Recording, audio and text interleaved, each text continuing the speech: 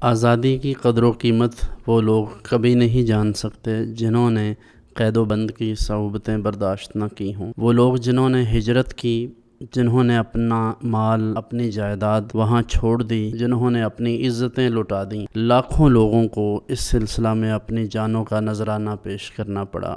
آج وہ قوم جو 14 اگست کو ون ویلنگ کر کے، سائلنسر نکال کر یا باجے بجا کر، لوگوں کو بڑے بڑے ہارن سنوا کر کبھی بھی ہم آزادی کا حق ادا نہیں کر سکتے۔ اصل آزادی تو یہ ہے کہ ہم اپنے افکار اور نظریات میں آزاد ہوں۔ ضرورت اس امر کی ہے کہ اس آزادی کی قدر کریں اور اس بات کو جانیں کہ یہ آزادی دراصل ہے کیا۔ وہ آزادی جس کے لیے علامہ اقبال نے خواب دیکھا تھا، جس کے لیے قائد اعظم محمد علی جناح اور دیگر تمام بزرگان دین نے کوششیں کی تھیں، وہ آزادی یہ تھی کہ ہمارے لیے ایسا وطن ہو جہاں ہم اللہ اور اس کے رسول کے حکم کے مطابق آزادانہ زندگی گزار سکیں۔